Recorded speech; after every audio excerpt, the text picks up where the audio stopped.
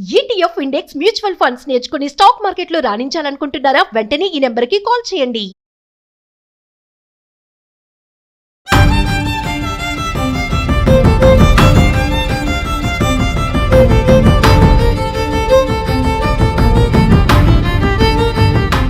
Anchors dress కటసి sari house, OU colony, Shaikpet, Hyderabad. Suman TV ప్రేక్షకులకి నమస్తే. లైఫ్ జర్నీ కార్యక్రమానికి స్వాగతం. Sponsored by 6JVR. జవలాపురం వారి రత్నాంజలి. మనకి మనుషులకు ఎవరికైనా కూడా రెండు మేజర్ ప్రాబ్లమ్స్ ఉంటాయి. ఒకటి ఫైనాన్షియల్, రెండోది రిలేషన్షిప్స్. ఈ రెండింటిని కరెక్ట్గా బ్యాలెన్స్ చేసుకోగలిగితే వాడు 90% లైఫ్ బాగుంటుంది. మేడం, మా తమ్మునికి పోయిన సంవత్సరం May 21st మ్యారేజ్ చేసిన మేడం. మ్యారేజ్ చేసిన నెక్స్ట్ డే midnightకే ఆ అమ్మాయి వెళ్ళిపోయింది మేడం. పిల్ల గురించి తెలుసుకోలేదా మరి? వాళ్ళ ఇంటి ముందున్న అబ్బాయితోనే వెళ్ళిపోయింది మేడం. అంటే ఇక్కడ తల్లి తండ్రికి తెలిసే చేసిండ్రంటారు. అయితే ఇంట్లో చెప్పిన అమ్మ నాన్నకి, వాళ్ళు ఒప్పుకోలేరు, నేను ఎట్లయినా సరే పెళ్లి చేసుకుని అక్కడ నుంచి అయినా పారిపోతా అని చెప్పింది మేడం ఆమె. మీరు పోలీస్ కంప్లైంట్ ఇచ్చారా? వాళ్ళు ఏమన్నారంటే, పోతే పోని బాబు, మీ భార్యనే కదా అని అంటుంది సార్. ఒకసారి హిందూ మ్యారేజ్ యాక్ట్ ప్రకారం జరిగిన తర్వాత ఆ అమ్మాయి పెళ్లి చేసుకోనికి లేదు. ప్రీమ్యాటల్ కౌన్సిలింగ్ అనేది కనుక ఇప్పుడున్న సమాజం కనుక స్టార్ట్ చేయకపోతే ఇంకొక 5-10 yearsకి పెళ్లి అనే వ్యవస్థ ఇండియాలో ఉండదు.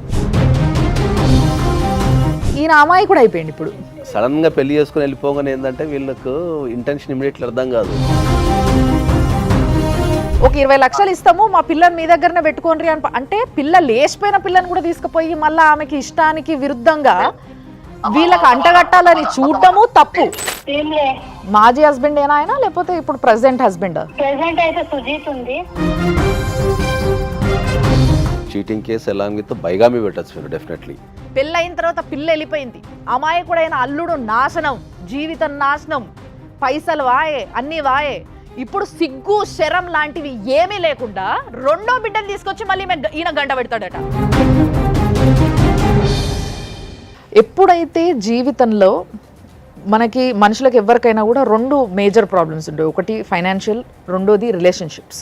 ఈ రెండింటిని కరెక్ట్గా బ్యాలెన్స్ చేసుకోగలిగితే వాడు 90% లైఫ్ బాగుంటుంది, హ్యాపీగా ఉంటుంది. ఎప్పుడైతే ఈ రెండింటిని కలిపి చూడడం మొదలు పెడతామో, అంటే ఫైనాన్షియల్ అండ్ రిలేషన్షిప్స్, ఈ రెండింటిని ఇమోషన్ అండ్ ఫైనాన్షియల్, ఈ రెండింటిని ఎప్పుడైతే కలుపుతామో అప్పుడే అసలైన ప్రాబ్లమ్స్ అన్నీ మొదలైతాయి అనేది నాకు అనిపించింది. మన మొదటి గెస్ట్ నాగేశ్వరరావు గారు, పూజారి నాగేశ్వరరావు గారు. చాలా డైనమిక్ అడ్వకేట్. ఈయన మాట్లాడడం మొదలు పెడితే ఎంత పాయింట్ ఉంటుందో, ఆయన పనిచేయడం మొదలు పెట్టింది అసలు ఎవరికి కనిపించదు కానీ, ఎందుకంటే ఆఫ్ స్క్రీన్ కాబట్టి. కానీ ఇప్పుడు వరకు జరిగిన చాలా కేసెస్లో ఆయన ఇన్వాల్వ్మెంట్ లేకపోతే అస్సలు సాల్వ్ చేయడం ఇంపాసిబుల్. సార్ నమస్తే. అండ్ ఆవిడ మాట్లాడే విధానం చూస్తే ఎదురుగోళ్ళకి నిజంగా ఆమె చెప్పింది కరెక్టే, నేను మారిపోతే బాగుండు అన్న ఫీలింగ్ కలిగేలాగా ఒక మనిషిని మనస్సుని మెలేసే శక్తి ఉన్న వాయిస్ అది. సో ఆవిడే దివ్యవాణి గారు. అమ్మ నమస్తే. సో ఇప్పుడు వచ్చిన బాధితులతోనో ఒకసారి మాట్లాడదాం, వాళ్ళ ప్రాబ్లం ఏందో చూద్దాము, దాని తర్వాత మనం దానిపైన డిస్కస్ చేసి ఏం చేయొచ్చు అనేది ఆలోచిద్దాం. అమ్మ నమస్తే. నమస్తే అండి. పేరు? నా పేరు విజయ్ మేడం. విజయ్. మీ పేరు? బబిత మేడం. ఓకే. ఏంది మీరిద్దరు? మా తమ్ముడు మేడం. తమ్ముడు. Okay okay. ఎక్కడి నుంచి వచ్చారు? వికారాబాద్ నుంచి. ప్రాబ్లం ఏంది మేడం, మా తమ్మునికి పోయిన సంవత్సరం May 21st మ్యారేజ్ చేసిన మేడం. మ్యారేజ్ చేసిన నెక్స్ట్ డే midnightకే ఆ అమ్మాయి వెళ్ళిపోయింది మేడం. డబ్బు బంగారం అన్ని తీసుకుని వెళ్ళిపోయింది మేడం. డబ్బు బంగారం అంటే వాళ్ళ ఇంట్లో పెట్టిన కట్నమా, లేకపోతే? మా దగ్గర వాళ్ళు కట్నం పెట్టారు మేడం, పెళ్లి కొడుకు తరఫు నుంచే పెడతారు మేడం.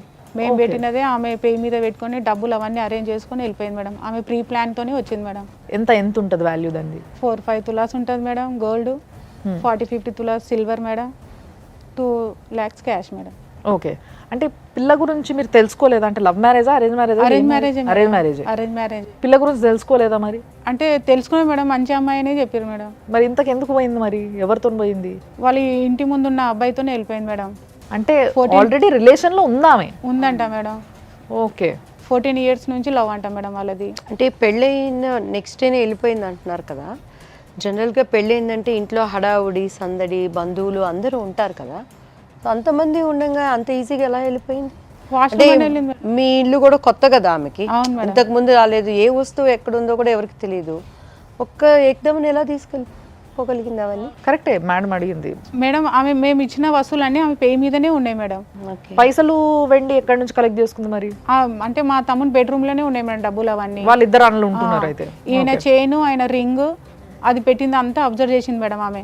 పిల్ల మీతో మాట్లాడింది అంటే పెళ్లి ఫిక్స్ అయిన తర్వాత మాట్లాడినరా మీరు? అంటే మామూలుగా మాట్లాడుతున్నారు. మాట్లాడిపోయలేదు మేడం వాళ్ళ అమ్మ నాన్న వాళ్ళు ఏం మాట్లాడిపోయలేదు.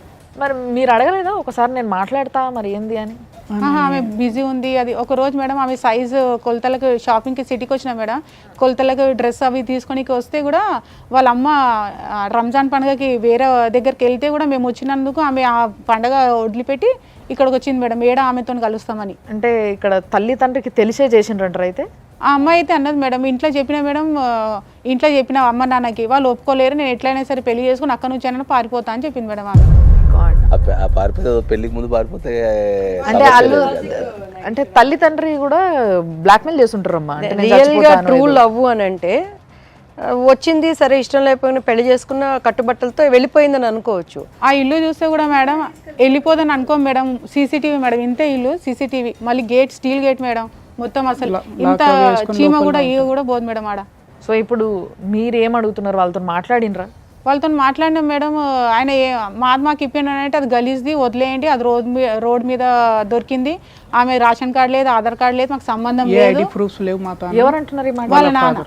ఇవన్నీ ప్రధానంగా మీరు సరే ఆమె వస్తువులు అండ్ బంగారం తీసుకుని వెళ్ళిపోయింది కదా, డబ్బులు కూడా తీసుకుని వెళ్ళిపోయింది కదా, మీరు పోలీస్ కంప్లైంట్ ఇచ్చారా? ఇచ్చాం సార్. పోయిన రోజే పోయినాం సార్. పిఎస్ ఏమన్నారు వాళ్ళు? వాళ్ళు ఏమన్నారంటే పోతే పోని బాబు మీ భార్యనే కదా అని అంటుంది సార్. ఎఫ్ఐఆర్ కూడా 3 days తీసుకుని సార్, అది కూడా చీటింగ్ కేసు పెట్టమంటే చీటింగ్ కేసు పెట్టలేదు. ఏ ప్లేస్ పోలీస్ స్టేషన్? అది వికారాబాద్. తర్వాత మిస్సింగ్ కేసు పెట్టారా? తర్వాత మిస్సింగ్ కేసే పెట్టారు సార్. ఆపోజిట్ నుంచి వాళ్ళ అమ్మ వాళ్ళ సెకండ్ మదర్, అమ్మాయి వాళ్ళ సెకండ్ మదర్ మాకు ఫోన్ చేసింది సార్. ఫోన్ చేసి అమ్మ మీ పోలీసు వాళ్ళు చేస్తుర్రో ఏమో వెతుకుతుర్రో లేదో, మంగళహాట్ పిఎస్లో అయితే ఆ అమ్మాయి ఉంది, మీరు రండి పోలీసు వాళ్ళు తీసుకొని అంటే మేము మాకు ఉన్న ఏఎస్ఐని తీసుకొని మేము ఇద్దరం కలిసి వెళ్ళినాం సార్. ఆడ వెళ్తే ఆ అమ్మాయి వాళ్ళ అత్త ఇంకో ఆమె ఎవరో 3-4 ఆమె ఎవరో ఒక లీడర్ని అట్లా తీసుకొచ్చింది సార్.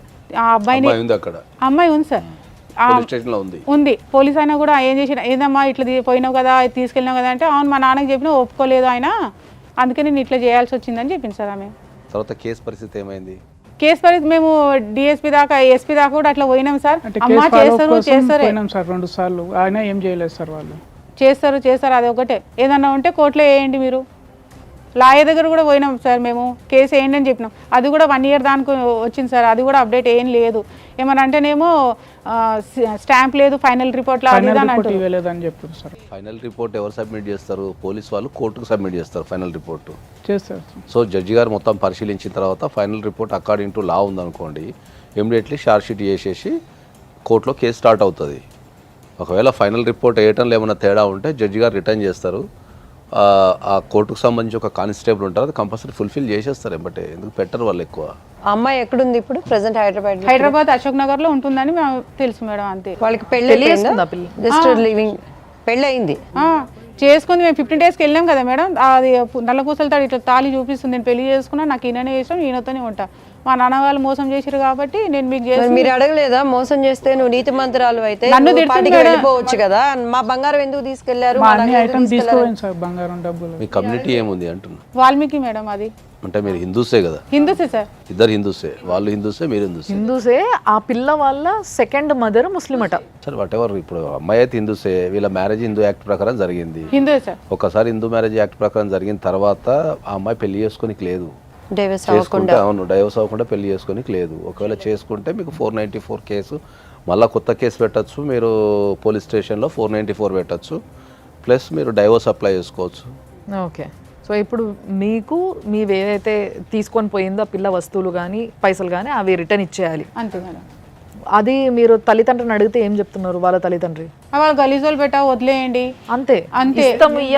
లేదు నేను ఇప్పిస్తా అవన్నీ ఏం లేదు. అంటే వాళ్ళకు కూడా తెలిసి జరిగింది కాబట్టి వాళ్ళు అమ్మాయిని ఫోర్స్ చేసింది కాబట్టి ఇప్పుడు ఆ అమ్మాయి దగ్గరికి వెళ్ళి అడిగే ఎంత ధైర్యం ఉండకపోవచ్చు. వాళ్ళ ఆపోజిట్ వాళ్ళు సార్, వాళ్ళకి వీళ్ళకి అస్సలు పడదు సార్. భారతదేశంలో ఇది ఇప్పుడు నేను చాలా వేదికల మీద కొన్ని లక్షల మందికి నేను చెప్తున్నా, భారతదేశంలో వివాహ వ్యవస్థ అనేది ఫెయిల్ అయింది. దాన్ని చాలా సందర్భాల్లో చాలా స్పష్టంగా చెప్తున్నా. ఫెయిల్ అయిన తర్వాత దాన్ని రిపేర్ చేసుకోవాల్సిన బాధ్యత కూడా మనపైనే ఉంటుంది. ఓకే, మన దగ్గర ఇప్పుడు ఈ పెళ్ళికి తీసుకుంటే ఏంటంటే బిఫోర్ మ్యారేజ్ అనేది మన దగ్గర ఒక సిస్టమ్ ఉంటుంది. జనరల్గా ఒక ఎంగేజ్మెంట్ సెరమనీ ఉంటుంది, దానికంటే వాళ్ళ ఇంటికి వెళ్ళడం ఉంటుంది.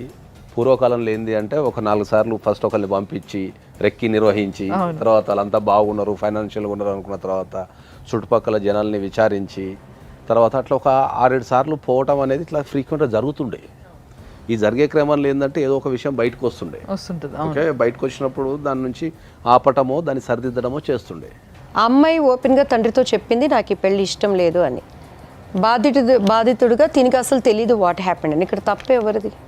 తల్లిదండ్రులు 100% తల్లిదండ్రులు. సో ఇప్పుడు పోనీ తల్లిదండ్రులు తప్పన్నప్పుడు ఆ అమ్మాయి ఆటోమేటిక్గా తన పరిస్థితుల ప్రభావం వల్ల తెలియకుండా ఒక దొంగ కూడా అయిపోయింది. తను ప్రేమించిన అబ్బాయిని పెళ్లి చేసుకోలేకనో, కొంతమందికి పెళ్ళి అంటే ఇష్టం ఉండదు అమ్మాయిలకి. జనరల్గా రకరకాల కారణాలు కావచ్చు. ఇండియాలో that is the biggest problem. ఇండియాలో మోడరేషన్ ప్రాబ్లం ఏంటి అంటే చాలామందికి ఫిజికల్ కాంటాక్ట్ మీద అవగాహన లేని అమ్మాయిలు కూడా ఉన్నారు.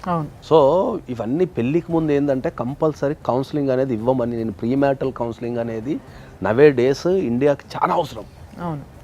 ఇప్పుడు ఏమైనా ఒక డైవర్స్ అడ్వకేట్ కిందనో లేకపోతే మ్యారేజెస్ ఫెయిల్ అయినో తిడుతున్నారు తప్ప ఒక పెళ్లి చేసేటప్పుడు ప్రీమ్యాటల్ కౌన్సిలింగ్ అనేది చాలా అవసరం ఇప్పుడున్న సమాజానికి. ఒకవేళ ప్రీమ్యాటల్ కౌన్సిలింగ్ అనేది కనుక ఇప్పుడున్న సమాజం కనుక స్టార్ట్ చేయకపోతే ఇంకొక 5-10 ఇయర్స్కి పెళ్ళి అనే వ్యవస్థ ఇండియాలో ఉండదు. యువత మేబీ సెల్ ఫోన్స్ ద్వారా కానీ అండ్ ఒక్కొక్కరు చేసే ఇన్సిడెంట్స్ ద్వారా దాన్ని కనెక్ట్ అయిపోతున్నారు. మంచి కన్నా టెక్నాలజీ అనేది జీవితాన్ని ఎప్పుడో పర్సనల్ జీవితాన్ని నాశనం చేసేసింది టెక్నాలజీ. పూర్వకాలంలో ఎవరన్నా ఒక అమ్మాయి ప్రేమించింది అనుకుందాం, సపోజ్ ప్రేమించిన తర్వాత ఇంట్లో పసిగట్టారు. పసిగట్టిన తర్వాత ఏం చేశారు? అరే పసిగట్టిన తర్వాత సమాజంలో ఇది చేసిపోద్దనో లేకపోతే ప్రేమించిన అబ్బాయి మంచోడు కాదనో లేకపోతే కులాల డిఫరెన్స్ ఉన్నాయని చెప్పేసి ఆ అమ్మాయికి ఏం చేస్తుండే, బలవంతంగా వేరే పెళ్లి చేస్తుండే. సో బలవంతంగా వేరే పెళ్లి చేసిన తర్వాత ఏంది, ఆ అమ్మాయి వేరే ఊరికి వెళ్ళిపోతుండే. ఊరికి వెళ్ళిపోయిన తర్వాత అప్పుడు ఒకవేళ ప్రేమించిన వ్యక్తిని కాంటాక్ట్ చేయడానికి అప్పుడు సెల్ ఫోన్స్ కానీ ఇవన్నీ లేవు. లేనప్పుడు ఈ అమ్మాయి అక్కడికి పోయిన తర్వాత ఏం చేస్తుండే, ఆ కొత్త ఇంటికి పోయినప్పుడు ఏం చేస్తుండే, ముఖాభావంగా ఉండటము లేకపోతే డిప్రెషన్లు ఉండటము ఈ రకరకాలు ఉంటుండే. ఉన్నప్పుడు వాళ్ళు ఏమనుకుంటుండే, పెళ్ళైన అత్తమామలు కానీ కొత్త కదా, కొత్త ఇంటికి వచ్చింది కదా, తల్లిదండ్రులు మిస్ అవుతుంది అని వీళ్ళు ఆ కొరంలో ఉంటుండే. ఓవర్ ద పీరియడ్ ఏమవుతుందంటే అక్కడ ఉండి ఉండి ఉండి ఉండి ఒక 1 నెల రోజులకో 2 నెలలకో 3 నెలలకు అడ్జస్ట్ అయిపోయి ఆ పరిస్థితులకు అడ్జస్ట్ అయిపోయి మెల్లగా భర్తతో మాట్లాడము, కాపురాలు చేయడం ఇట్లా చేసుకొని పిల్లలు అంటుండే. కానీ ఇప్పుడు అంత టైం కాదు. ఇప్పుడు అదే చెప్తున్నా, ద సేమ్ సిచ్యువేషన్లో అదే సెల్ ఫోన్ ఉంది కదా, ఎక్కడున్నా నీకు నచ్చిన బాయ్ ఫ్రెండ్తో నువ్వు తెల్లవాళ్ళు కాంటాక్ట్లో ఉంటే ఇంకా నీ కనెక్షన్ ఎక్కడ కట్ అయిపోతుంది. వీళ్ళ దగ్గరకు వస్తే పాపం ఈయన అమ్మాయి కూడా అయిపోయింది. ఇప్పుడు ఒకటి వీళ్ళు చేసిన తప్పు ఏదైనా ఉంది అని అంటే ఒకటి ఏంటంటే పిల్లతోనే నేను మాట్లాడాలని గట్టిగా అడుగు ఉండాల్సింది. There are n number of cases. నాకు డైలీ రెగ్యులర్గా 50 to 100 కేసెస్ కొత్తవి వస్తాయి నా దగ్గరికి పర్ డేకి. ఇవి వచ్చినప్పుడు ఈ డేటా అంతా అనలైజ్ చేస్తే ఏముంటుంది తెలుసా, మ్యాక్సిమం పెళ్ళి అనేది వితిన్ 1 month నుంచి 2 months మధ్యలో అవుతుంది. పెళ్లి చూపుల దగ్గర నుంచి పెళ్ళికి. దీంట్లో మ్యాక్సిమం మేము మాట్లాడుకోవడం లేదు, మాట్లాడుకోలేదు అనేది సెకండ్ అంశం ఉంటుంది. ఎందుకు అంటే టైం లేదనో లేకపోతే ఎన్ఆర్ఐస్ వెళ్ళిపోవాలనో లేకపోతే వీసా ప్రాసెస్ అనో లేకపోతే ఇంకో ప్రాసెస్ అనో ఏదో ఒక కారణం చెప్తారు. మామూలుగా అయితే ఎంత ఉండాలంటారు సార్? నేను ఒక 6 months ఎబో ఉండాలంట. నేను పూర్వకాలంలో ఏంది అంటే ఒక మనిషికి సంబంధించిన ఇన్ఫర్మేషన్ అనేది ఎక్కడున్నా దొరుకుతుండే, మైగ్రేషన్ లేదు. ఒక వ్యక్తికి సంబంధించిన ఇన్ఫర్మేషన్ ఒక ఊరుకో ఒక పట్టణానికి వెళ్ళి అరే ఫలానా వ్యక్తి ఎట్లా అంటే 2 నిమిషాలల్లో వాడి కోపం ఉందా, వాడు పిచ్చి పనులు చేస్తుండా, వాడు మంచోడా, డిగ్నిటీ ఉందా అనేది ఒక రియల్ గ్రౌండ్ రిపోర్ట్ వస్తుండే మనకు. ఇప్పుడు మైగ్రేషన్ పెరిగిపోయింది. ఇప్పుడు పుట్టంగానే తీసుకెళ్ళి హాస్టల్లో వేయటమో లేకపోతే చదువుల కోసం తల్లిదండ్రులు, జాబ్ల కోసం తల్లిదండ్రులు ఇంకో దగ్గర ఉండి పిల్లల్ని ఇంకో దగ్గర పెట్టడము, ఈ కుటుంబాలు అనేటివి విచ్ఛిన్నం అయిపోయిన తర్వాత ఎక్కడ కూడా మనకు రియల్ రిపోర్ట్ ఒక వ్యక్తికి సంబంధించిన రిపోర్ట్ రావడం లేదు. మీరు ఏం చదువుకున్నారు? మీరు inter discontinue sir. Inter discontinue చదువుకున్నారు. ఏం పని చేస్తున్నారు? ప్రైవేట్ జాబ్ మేడం, బ్యాంక్ ప్రైవేట్గా చేస్తాను. ఇప్పుడు వాళ్ళ అమ్మ వాళ్ళ నాన్నగారు కానీ ఆ పిల్ల తరపు అమ్మాయి కానీ ఎవరైనా మీకు ఫోన్లు ఎత్తి మాట్లాడతారా మనం మాట్లాడాలంటే? మేము 1 year నుంచి అయితే కాంటాక్ట్ లేదు మేడం. వాళ్ళు ఊరికే అమ్మాయిని తీసుకెళ్ళమని చెప్పారు మేడం. 2 monthsకి ఫోన్ చేశారు మేడం. వాళ్ళు 20 lakhs అట్లా ఇస్తాము, మీరు మీ అమ్మాయిని పెట్టుకుంటారా, పెట్టుకోండి అది అంటే మీరు ₹1 కోటి ఇచ్చినా మాకు వద్దు అని చెప్పినా మేడం. అయితే ఊరికి అట్లా అంటారు కదా, మ్యారేజ్ అయిపోయింది. తప్పు మీద తప్పు ఇది. ఫస్ట్ ఇష్టం లేని పెళ్లి చేయడం ఓ తప్పు, నేను ఆ పిల్లగానితో వెళ్ళిపోతాను చెప్పంగా కూడా ఈ పిల్లగాని బలి చేసుడు ఇంకో తప్పు. మళ్ళీ మూడోది ఇప్పుడు మళ్ళీ ఇంత పెద్ద తప్పు అయిపోయిన తర్వాత లేదు మేము 20 లక్షలు ఇస్తాను పిల్లని తీసుకుపోడ్రి. అంటే వీళ్ళే ఉత్తిగా దొరికిర్రు వీళ్ళు అమాయకుల్లాగా. పిల్ల డైరెక్ట్గా ముఖం మీద చెప్పబట్టే నాకు వద్దు, నాకు ఇష్టం లేదు, నేను ఇంకోని ప్రేమించిన సప్పుడు దాకా అట్లా ఉంచుకొని అయిపోతుంది పెళ్లి చేయకుండా. అంతేగాని ఇట్లా పెళ్లి చేసి వేరే వాళ్ళ ప్రాణాలు తీసుడు ఎందుకు? ఇప్పుడు అది చాలా ట్రామా ఉంటుంది అది. ఎందుకంటే ఇప్పుడు సామాజిక పరంగా కూడా ఏంటంటే ఇప్పుడు మనకు ఒక సమాజంలో పెళ్లి చేసుకుంటాం కదా, పెళ్ళైన తెల్లారే భార్య వెళ్ళిపోతే సమాజం ఎట్లా చూస్తుంది? ఒక సో అబ్బాయి మీద ఎటువంటి నింద పడుతుంది? ఆమె స్వార్థానికి మంచి చెడు ఆలోచించకుండా ఆమె ఉన్న ఏజ్కి వెళ్ళిపోయింది. సో ఇక్కడున్న కుటుంబాలు కానీ ఇక్కడున్న ఫ్యామిలీస్ కానీ ఇక్కడున్న వ్యక్తులు ఎంత బాధపడతారు, వాళ్ళకు సామాజికంగా ఎంత ఇబ్బంది ఎదురవుతుంది, రేపు రెండో పెళ్లి చేసుకోవాలంటే ఎంత ఇబ్బంది అవుతుంది. ఇటు ఒక వైపు నుంచి ఎంటైర్ సంపాదించిన డబ్బు వెళ్ళిపోయింది. సరే డబ్బు అంటే పోతే మనం సంపాదించుకోవచ్చు, కానీ ఎప్పుడైతే ఈ సామాజికంగా మనము చూసే చుట్టాలు కానీ రిలేటివ్స్ కానీ అది ఎంత నామోషి ఉంటుంది. పిల్లలకి ఎక్కడ కూడా కౌన్సిలింగ్ ఇవ్వటం లేదు, ఎవ్వరు కూడా కూర్చోబెట్టి కౌన్సిలింగ్ ఇవ్వటం లేదు. Life journey sponsored by 6JVR.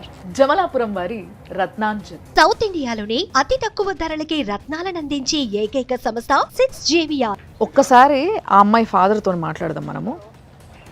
Hello hello sir నమస్తే. నమస్తే అమ్మా. శ్వేత మీ అమ్మాయి కదండి? ఎందుకు ఏమైందమ్మా? ఏం కాలేదండి, మీరు టెన్షన్ పడకండి, ఏం కాలేదు. మీ అల్లుడు ఉన్నారు కదా విజయ్ గారు, ఆయన సుమన్ టీవీకి వచ్చిండ్రు. సో ఇప్పుడు యాక్చువల్గా మీ ప్రాబ్లం ఏదైతే మీ ఇష్యూ ఉందో ఇదంతా కూడా చెప్పడం జరిగింది ఇక్కడ. సో ఇప్పుడు ఫస్ట్ ఆఫ్ ఆల్ నేను మీతో మాట్లాడాలనుకున్నది ఏంటంటే అండి, మీ అమ్మాయి మీకు ముందే చెప్పిందట కదా నాకు ఎదురుగున్న అబ్బాయి అంటే ఇష్టం, ఇంటి ఎదురుగున్న అబ్బాయి అంటే. లేదమ్మా, అట్లా ఏమీ లేదమ్మా, నాకు ఇప్పటిదాకా తెలియదు ఆ విషయము. ఇది మొత్తం ఫేక్ మాట ఉంది అమ్మా. ఇది మా పెళ్లి తర్వాతనే నాకు అది నిజం నా ముంగడు వచ్చిందమ్మా. అది పాపం ఇప్పుడు ఆయన అన్యం పుణ్యం తెలియకుండా ఆయన మోసపోయిండు మీ అమ్మాయి చేతిలో. ఒక ఆడపిల్లకి పెళ్లి చేసేటప్పుడు అమ్మా నీకు నేను ఈ పిల్లగాడిని ఇచ్చి పెళ్లి చేస్తున్నా, ఈ పిల్లగాడు ఇష్టమా లేదా అని అడగాల్సిన బాధ్యత ఒక తండ్రిగా మీ పైన ఉందా లేదా? అమ్మా అదే ఫోటో చూపెట్టినాను. ఫోటో చూపెడితే మా అమ్మాయి చెప్పింది నేను ఆయనకి నేను చేసుకుంటాను డాడీ, నువ్వు ఎక్కడ నా సంబంధం చేసినావా అక్కడనే చేస్తానని. పెళ్లి అయిన తర్వాత 2 days తర్వాత అది ఆ మాట జరిగింది. ఇప్పుడు మరి నాకు తెలిసింది. పెళ్ళైనాక 2 days కి మీ అమ్మాయి వెళ్ళిపోయింది, కానీ పెళ్లి కాకముందు 7 సంవత్సరాల నుంచి ఒక పిల్లోని ప్రేమిస్తున్న విషయం మీకు తెలియదా అండి తల్లిదండ్రిగా ఇంట్లోకి? లేదమ్మా, నా ఇంట్లో ఎవరికి తెలియదు. आपको जो बात करना है एक बार हमारा मैडम है यहाँ पे दिव्यवाणी जी, उनसे बात करिए.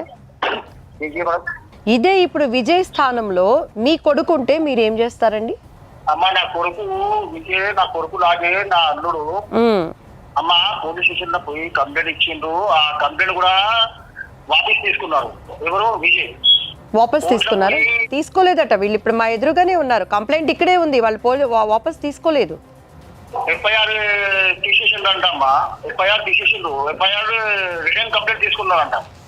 కంప్లైంట్ కి చేసిండ్రు. కంప్లైంట్ చేసిన తర్వాత మళ్ళీ రిటర్న్ తీసుకున్నారు.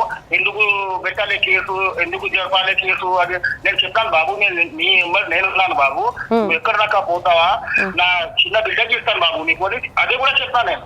ఆ విజయం ఉంటే ఎక్కడ అడగండి మీరు. చిన్న బిడ్డలు ఇచ్చి పెళ్లి చేస్తారా? ఆమె 12-13 years. ఏంటండి ఏం మాట్లాడుతున్నారండి మీరు? చిన్న పిల్ల మేడం ఆమె. నా చిన్న కూతురు వయసు అమ్మా ఇప్పుడు 16 years అమ్మా. 17 నడిపిస్తుంది. 16 అయినా కూడా మైనరే. పెళ్ళైన తర్వాత అమ్మాయి వెళ్ళిపోయింది నైట్. సో దానిపైనే ఈ అబ్బాయి వెళ్ళి కంప్లైంట్ ఇచ్చారు.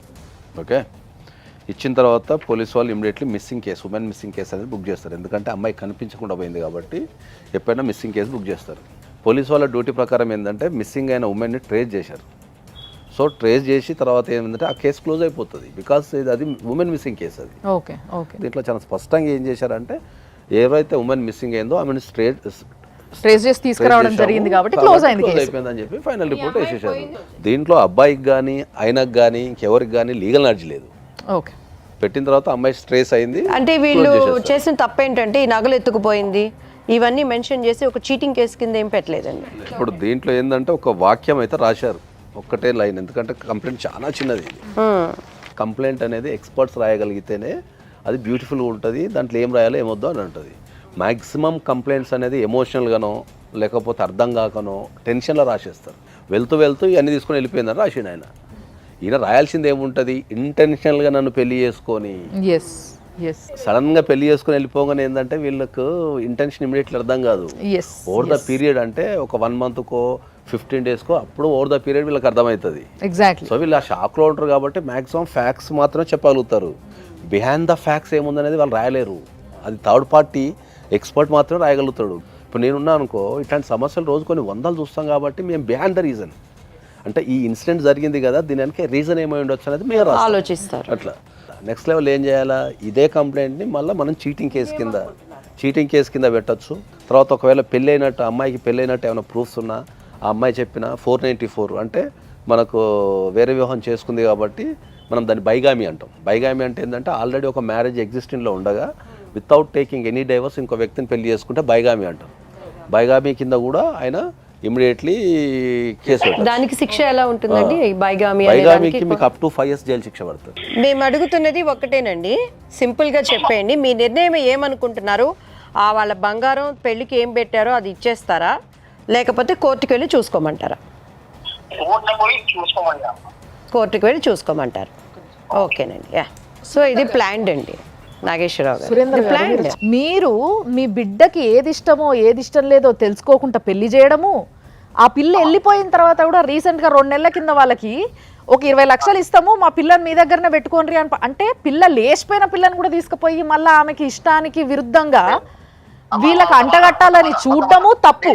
మొత్తం ఫేక్ మాట అమ్మా. 2 నెలల తర్వాత అదే చెప్పినా నేను, అదే ఫేక్ మాట. 20 lakhs ఇస్తాను. మీరు ఏదైతే మాట్లాడిందో అది కాల్ రికార్డ్ కూడా ఉందండి. అది పక్కకు పెడితే ఇప్పుడు మా అందరి సమక్షంలోనే మీరు ఏమన్నారు, నా చిన్న పిల్లని ఇచ్చి పెళ్లి చేస్తా అన్న ఆయన్నే చేసుకోని అన్నాడు. అది కరెక్టా? మైనర్ పిల్లని ఈయనకు అంటగట్టడం ఏంది ఒకటి. రెండోది ఫస్ట్ పిల్ల మోసం చేసిపోయింది కాబట్టి ఇంకో పిల్లని ఇస్తా అని అంటే మీరు పిల్లల్ని కన్నది ఎందుకు? ఇట్లా ఎవరికి పడితే వాళ్ళకి ఇష్టం వచ్చినట్టు వరుస పెట్టి పెళ్ళిళ్ళకి ఇచ్చేసేటందుక? అంటే మీ అభిమానము, మీ యొక్క ప్రెస్టేజ్, మీ యొక్క మర్యాదనే ఇంపార్టెంటా మీకు? ఆడపిల్లలంటే మీకు అంత ఇదిగా అనిపిస్తున్నారా? అంత మాట లేదమ్మా నాకు. ఎందుకంటే నా అల్లుడు మంచోడు. అవునండి, మీ అల్లుడు మంచోడు కాబట్టే సైలెంట్గా ఉన్నాడు. ఇక్కడ దాకా వచ్చింది సైలెంట్గా ఉన్నాడు. అదే జర్ర కొంచెం తెలిసి ఉండి జర గట్టిగా ఉండుంటేలే ఈ పాటికి 4 తగిలి ఇచ్చేటోడు వచ్చి. चावलाल को मालूम है बाबू, तुम्हारी शादी मेरी छोटी बेटी के साथ करता हूँ. अभी मेरी बेटी 16 years की है. अभी तुम्हारे को 2-3 साल सफर करो बेटा. मैं 3 साल सफर करे तो मैं तुम्हारी शादी करता हूँ. क्या बोला? आपके बेटी से पूछे क्या इनको शादी करने के लिए तैयार है उन्हें? अरे अम्मा मेरे को बात समझ में नहीं आ रही अम्मा. ये लोग क्या बोलना चाह रहे हैं, क्या करना चाह रहे हैं लोग? सुनो सुनो सुनो, गई उन्हें जिसके पर ज्यादा था उसके आपके जो बेटी है, आपके जो सेकंड बेटी है, सुनो आप, जब मैं बात कर रही हूँ आप सुने तो आपको समझ में आते. मेरी बेटी को मेरा फ्यूचर देखना है. मेरी बच्ची का वो मर गए मेरे लिए. मार दो गरीब क्यों है, मर गए मेरे लिए. उसके ऊपर क्या केस बुक करते क्या करते कर लो. बच्चा बोल रहा है करो बोलते बोलो जाके. अरे तुम केस फाइल करो भाई. मेरे एडवोकेट को भी बोला मैं.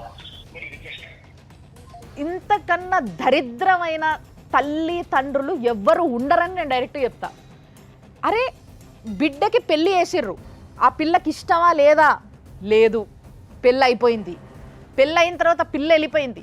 అమాయకుడైన అల్లుడు నాశనం, జీవితం నాశనం, పైసలు వాయే, అన్నీ వాయే. ఇప్పుడు సిగ్గు శరం లాంటివి ఏమీ లేకుండా 2వ బిడ్డను తీసుకొచ్చి మళ్ళీ ఈయన గంట పెడతాడట. ఏమైనా బుద్ధి ఉందా? సరే ఈయన వేసుకుంటాడు, అవును నా అల్లుడు మంచోడు కాబట్టి నా అల్లుడిని వేరేళ్ళకు కొనియకుండా నా పిల్లనే ఇచ్చి అంటగడతా అని ఆయన అనుకోవచ్చు. కానీ ఆ పిల్లకి, చిన్న పిల్ల, ఆ పిల్లకి పెళ్లి చేసుకోవాలంటే ఏ ఆడపిల్లకైనా కూడా అరే నా భర్త ఇట్లుండాలి అని ఒక ఆలోచన ఉంటుంది కదా. మరి ఇప్పుడు ఈ బావని పెళ్లి చేసుకుని ఇష్టమా అని అంటే మొన్నటిదాకా మా అక్కకి ఇచ్చి నా కళ్ళ ముందే పెళ్లి చేశారు కదా అన్న ఫీలింగ్ ఆ పిల్లకు ఉండదా? అంటే ఆడపిల్లల ఫీలింగ్స్ కావా? సో దీనికి అంతటి కండింగ్ వాట్ ఈజ్ ఆయన మైండ్ సెట్ ఏంటంటే ఎక్కడ డబ్బులు ఇవ్వాల్సి వస్తుందో. ఆమెకి రైట్ అండి, డబ్బులు ఇప్పుడు ఇవ్వాల్సి వస్తుంది. కూతురు తీసుకున్న దొంగతనం ఇంకంతే తప్పించుకుని. ఇప్పుడు ఆల్రెడీ ఆయన మైండ్ ఎంత ధైర్యం లేకపోతే కోర్టులో చూసుకోండి అంటున్నాడు. ఇప్పుడు అడ్వకేట్ గారు పక్కన చెప్తున్నారు యా ఇట్స్ లీగల్, ఆ ఫోటోలు ఉన్నా కూడా ఇరుక్కుంటారని చెప్తున్నా కూడా ఆయన అంత ధైర్యంగా చెప్తున్నాడంటే ఈజ్ కన్నింగ్ ఫెలో అని అర్థమైపోతుంది. సో మీరు ధైర్యంగా ఉండి అడ్వకేట్ గారిని సంప్రదించి, మీరు ఇంక్లూడింగ్ మీ అత్తామామల మీద కూడా మీరు చీటింగ్ కేసు పెట్టచ్చు.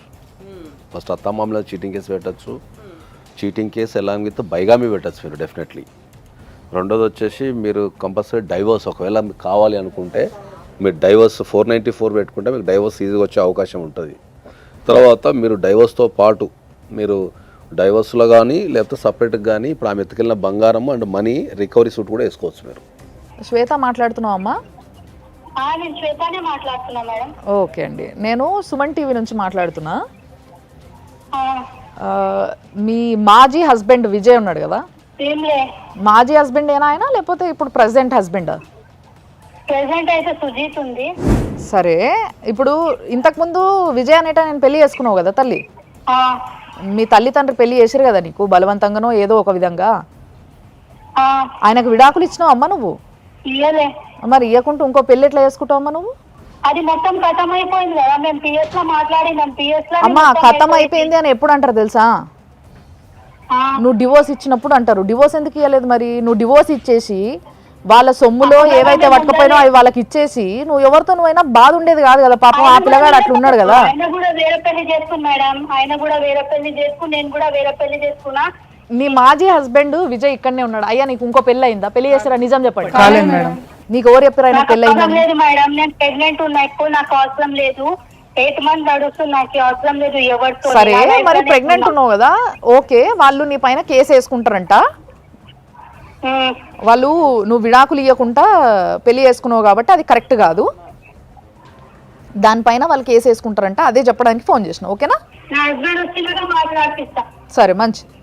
కనీసం ఆ అమ్మాయికి ఉన్నంత స్పష్టత కూడా మీకు లేకుండా పోయింది లాలో. ఆ అమ్మాయి చాలా స్పష్టంగా చెప్తుంది, పోలీస్ స్టేషన్ వచ్చినా పోలీస్ స్టేషన్లు అన్నీ అయిపోయినాయి, నేను పోయి పెళ్లి చేసుకున్నా, ఆయన పోయి పెళ్లి చేసేసుకున్నాడు అని చెప్పేసి చాలా అయిపోయిందని విషయాన్ని చాలా స్పష్టంగా చెప్తున్నది. వాళ్ళ నాన్నకు భయపడి పిఎస్కి వచ్చి ఆమె ఇది సరెండర్ అయింది సార్ అక్కడ మంగళఘాట్ పిఎస్లో. అంతే, భయపడి వచ్చింది అంతే, కానీ ఏం. దీంట్లో నిజం చెప్పాలంటే ప్రధానంగా అన్ని తప్పులు మీ సైడ్ నుంచి ఉన్నాయి. వెరిఫై చేసుకోవాల్సిన బాధ్యత. ఒకవేళ ఆ అమ్మాయి మాట్లాడతాను లేదు పెళ్ళికి ముందే అంటే ఎందుకు మాట్లాడతాను లేదు, ఆ సమస్యని మీరు అక్కడనే సాల్వ్ చేసుకుని ఉంటే, ఒకవేళ అమ్మాయితో మాట్లాడి వాళ్ళ ఫాదర్ వాళ్ళకి మాట్లాడు. నేను కాదంటాను లేనమ్మా, మన భారతదేశంలో రకరకాల కులాలు, మతాలు, పద్ధతులు, ఆచారాలు కొన్ని వందలు ఉంటాయి. ఇప్పుడున్న సమాజంలో పెళ్ళికి ముందు కంపల్సరీ మాట్లాడాల్సిన అవసరం ఉంది. సో అక్కడ ఒక తప్పు జరిగిపోయింది. దాని తర్వాత ఏమైంది, లీగల్గా తీసుకునే ప్రొసీడింగ్స్ కూడా చాలా గట్టిగా లేవు. అది మెయిన్, దట్ ఈస్ మెయిన్ అండి.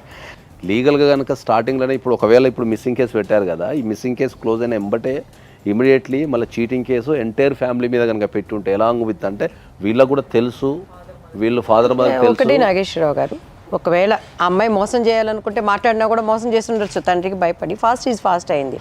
ఇప్పుడు వీళ్ళకి కావాల్సింది ఏంటి? డబ్బు కావాలి, లీగల్గా డివోర్స్ కావాలా, డబ్బు మనం చేయగలం, మనం డెఫినెట్లీ చేయొచ్చు. దాంట్లో ఆయనకు వచ్చిన ఇబ్బంది ఏం లేదు. అమ్మాయి ఇప్పుడు తీసుకోరు.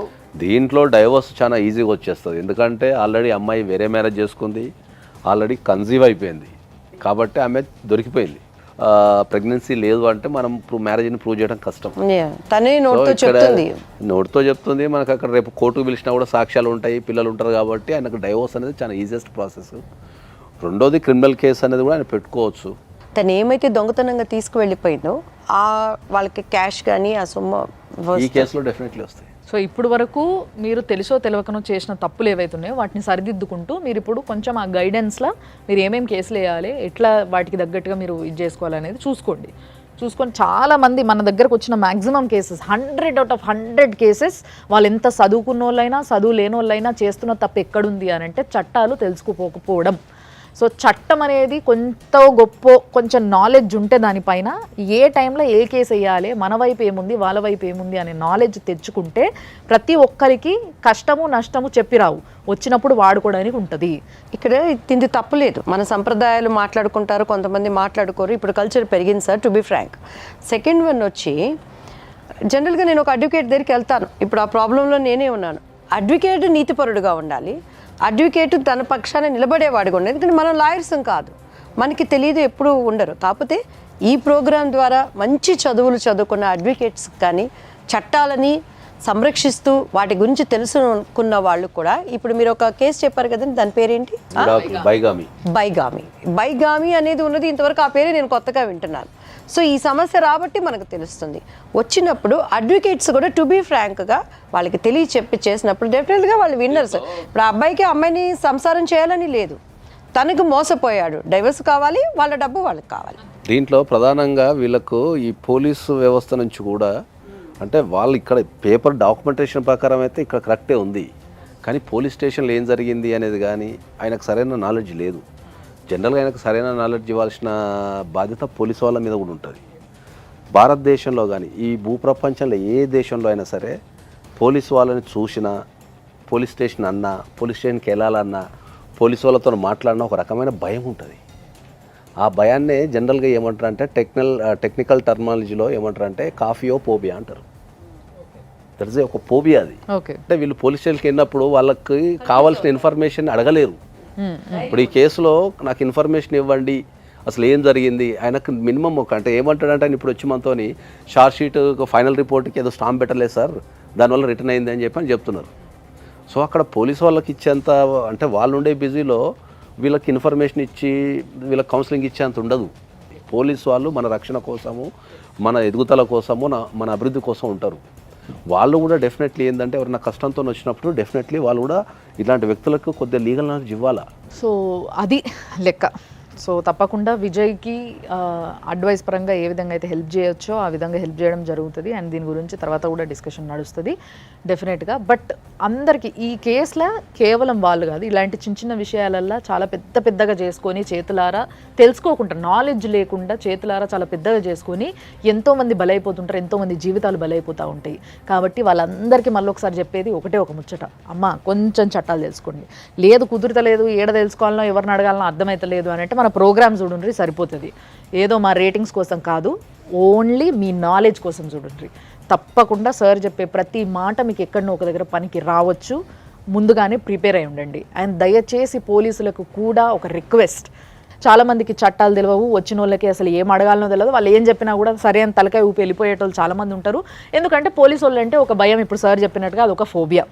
సో అందుకోసమే కొంచెం దయచేసి వచ్చిన వాళ్ళకి జరిగిన అన్యాయం ఏందో ఇని వాళ్ళు ఏ కేసు పెట్టుకుంటే ఏం జరుగుతుంది, వాళ్ళ దిక్కు న్యాయం ఎంత ఉంది, ఇవన్నీ కూడా ఐడెంటిఫై చేసి వాళ్ళకి కొంచెం గైడ్ చేసేటోళ్ళు ఒకళ్ళు ఉంటే బాగుంటుంది. మీ బిజీలో మీరు ఉంటారు, మీరు ఏం ఖాళీ ఉండరు నాకు తెలుసు, కాబట్టి ఒకరిని అట్లీస్ట్ అట్లా అపాయింట్ చేసుకోండి అని చెప్పి నేను ఒక రిక్వెస్ట్ పెడుతున్నా.